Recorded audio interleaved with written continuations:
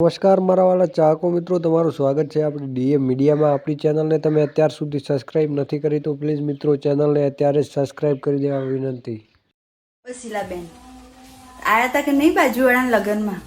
એટલે એની છોકરી પરણી ત્યારે ડેકોરેશન તો સારું કર્યું હતું નહીં, પણ શું ફાયદો?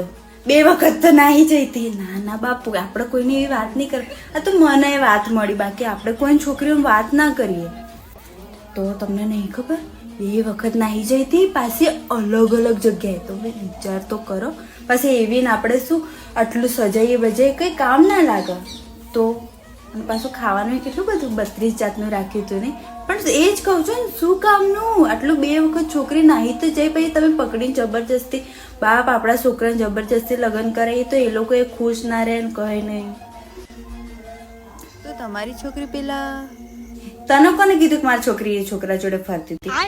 કઈ નહીં, એ તો એને ટ્યુશનનો ભાઈ બનાવેલો છે બસ, બાકી એને એવું કશું છે નહીં। ના હો, મારી છોકરી આવું કશું જ ના કરે, એ તો હંમેશા સીધી ટ્યુશન જાય, ટ્યુશનથી ઘરે।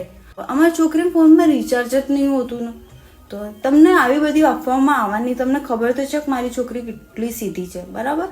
આજે કીધું એ કીધું હો ચંપાબેન, આગળથી બોલતા નહીં, પછી સારું નહીં થાય। આ તો તમે મારી બાજુમાં રહો છો ને એટલે થોડુંક તમારી માન રાખીને તમને કશું કહેતી નહીં, બાકી એને પપ્પાને ખબર પડશે ને તો તમને અહીંયા બેસવાય ના દે, ખબર ના હોય। પણ આજે કીધું એ કીધું પછી કહેતા નહીં, બરાબર?